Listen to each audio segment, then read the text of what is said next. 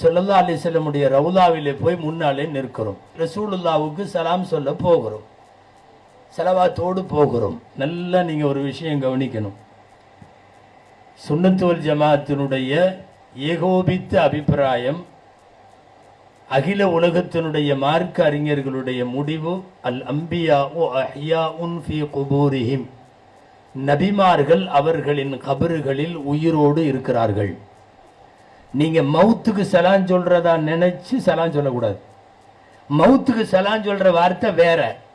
நம்ம இப்ப கபரிஸ்தானுக்கு போனா என்ன சொல்லுவோம்? அஸ்ஸலாமு அலைக்கும் யா தார கௌமி முஃமினீன் வ இன்னா இன்ஷா அல்லாஹ். அந்த துஆவே அங்க கொடுக்கல. ஏன்னா மௌத்தா போனவங்களுக்கு நாம சலாம் சொல்ல போகல.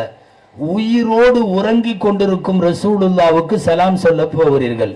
அதனால தான் எதிரில் ஒருத்தர் மனுஷர் நிக்கிறப்ப கையை காட்டுவோம்ல, அஸ்ஸலாமு அலைக்கும், அந்த வார்த்தை தான் அஸ்ஸலாத்து வஸ்ஸலாமு அலைக்க யா ரசூலல்லாஹ். இப்படிதானே சொல்றோம். அஸ்ஸலாத்து வஸ்ஸலாமு அலைக்கங்கிறதே யாருக்கு தெரியுமா? எதிரில் நிக்கிறவருக்கு சொல்றது, உயிரோட இருக்கிறவருக்கு சொல்றது. மௌத்தா போனவங்களுக்கு இந்த பேட்டன்ல இல்ல வார்த்தை, அது வேற. மௌத்தா போனவங்களுக்கு சொல்றது. ஆக நபிமார்கள் உயிரோடு இருக்கிறார்கள். நபிமார்களின் உடலை மண் தின்னாது. நபிமார்களின் கபர்களுக்குள் எவ்வளவு ஆண்டுகள் ஆனாலும் ரப்புடைய தொடர்பிலும் துஆவிலும் அவர்கள் இருக்கிறார்கள். இன்னும் நல்லா சொல்றேன், ஒருத்தர் மௌத்தா போயிட்டா, தேவைப்பட்டால் அவருடைய மனைவி இதா முடிஞ்ச உடனே என்ன பண்ணலாம்? இன்னொரு கல்யாணத்துக்கு குடும்பம் ஏற்பாடு செஞ்சதுன்னா கல்யாணம் பண்ணிக்கலாம்ல. ரசூலுடைய மனைவிமார்கள், அந்த மனைவிமார்கள் மௌத்தாகிற வரையும் ரெண்டாவது கல்யாணம் பண்ணக்கூடாது. ஏன் தெரியுமா? கணவர் உயிரோடு இருக்கிற போது மனைவி கல்யாணம் பண்ண முடியாது. உங்களுக்கு புரியுதா நான் சொல்ல வருவது? ஏன் நபிமார்கள் ஸல்லல்லாஹு அலைஹி வஸல்லம் உடைய மனைவிமார்கள் ஏன் மறுமணம் செய்ய முடியாதுன்னா, புருஷன் உயிரோடு இருக்கிறப்ப மறுமணம் செய்யறது ஆறாம். எனவே அவர்களெல்லாம் மனம் முடிப்பவர்கள் அல்ல, மனம் முடிக்கல மௌத்தா போற வரையும். இது குர்ஆன் உள்ள ஆயத்து, வலா அன் தன்கிஹு அஸ்வாஜஹு மின் பஅதிஹி அபதா. எந்த காலத்திலும் பெருமானாருடைய மனைவிமார்களை யாரும் திருமணம் செய்ய முடியாது. காரணம், கணவராகிய எம்பெருமான் ஸல்லல்லாஹு அலைஹி வஸல்லம் உயிரோடு படுத்திருக்கிறார்கள். இப்போ உயிரோடு உட்கார்ந்திருக்கிற ரசூலுல்லாவுக்கு சலாம் சொல்லுகிற அந்த அடக்க ஒடுக்கம், பவ்யம், கண்ணியம் இதோட போகணும். சில பேர் ஜோஷ் வந்து ஓன்னு கத்திக்கிட்டு உள்ள போவாங்க, அஸ்ஸலாமு அலைக்கும் யா ரசூலல்லாஹ். தப்பு. ஒரு உஸ்தாது முன்னாடி உட்கார்ந்துருக்கார், ஆக பெரியவங்க உட்கார்ந்துருக்கிறாங்க, நாம ஓன்னு கத்திக்கிட்டா போவோம்?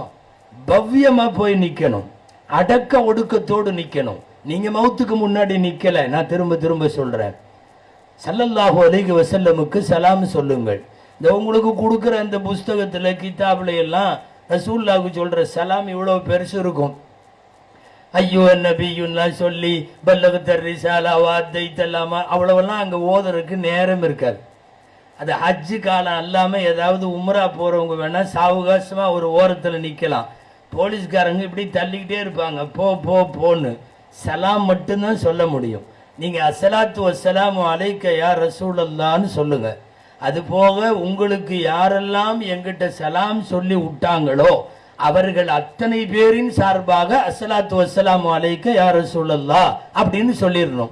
அஸ்ஸலாத்து வஸ்ஸலாமு அலைக்க மின்னி வ மிம்மன் அவ்ஸானி பிஸ்ஸலாம் அப்படின்னு அரபியில தமிழ்லயே சொல்லிடலாம். இதுக்கு அப்புறமும் உங்களுக்கு அங்க பை சான்ஸ் சில நேரங்கள்ல உங்களுக்கு நேரம் கிடைக்கலாங்கல்ல, நம்மளா ஏற்பாடு பண்ணணும். குளிர்காலத்துல உம்ரா போனா மதீனால வெளியே வர முடியாது. இது வெயில் காலம்.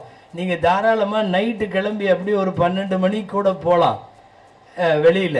ஒன்று தெரியுமா? 24 மணி நேரமும் மஸ்ஜிது நபவி திறந்திருக்கும். 24 மணி நேரம். நீங்க தொழுகை நேரத்துல போகும்போது தான் ரொம்ப கிரௌடு. நீங்க தொழுகை அல்லாத நேரத்தில் 12 மணி 1 மணி தஹஜ்ஜத் இந்த மாதிரி எல்லாம் போகிற போது ஓரளவு வாய்ப்பு கிடைத்தால் சலாம் சொல்றப்போ அஸ்ஸலாத்து வஸ்ஸலாமு அலைக்க யா ரசூலல்லாஹ்னு சொல்லிட்டு தேவைப்பட்டா நம்ம குடும்ப உறுப்பினர்கள் பேர் மட்டுமாவது சொல்லலாம். என்னுடைய மகனுடைய, என் மகளுடைய, என் தாயாருடைய, என் தந்தையுடைய பேரு சொல்லி இவங்களுடைய சலாம் அப்படின்னு சொல்லி ஒவ்வொரு தடவையும் அஸ்ஸலாத்து வஸ்ஸலாமு அலைக்க யா ரசூலல்லாஹ்னு சொல்லுவோம். அப்படி இல்லை அப்படின்னா சலாம் சொல்லி விட்டு எல்லோரின் சார்பாகன்னு சொல்லிடலாம். நல்லா தெரிஞ்சுக்கணும். கோடிக்கணக்கான பேர் ஒரே நேரத்தில் சலாம் சொன்னாலும் எம்பெருமான் ஸல்லல்லாஹு அலைஹி வஸல்லம் பதில் சொல்லுகிறார்கள், துஆ செய்கிறார்கள். அந்த சலாம் அல்லாஹ்விடத்தில் 1க்கு 10ஆக எழுதப்படுகிறது. சஹீஹுல் புகாரியுடைய ஹதீஸ், என் மீது ஒரு தடவை ஸலவாத்து சொன்னால் 10 தடவை அல்லாஹ் அவருக்கு நன்மை தருகிறார். இது சும்மா பலவீனமான ஹதீஸ் எல்லாம் இல்லை, பக்காவான ஹதீஸ். நீங்க ரசூலுக்கு சொல்லுகிற ஸலவாத்தும் சலாமும் அவ்வளவு மரியாதையானது.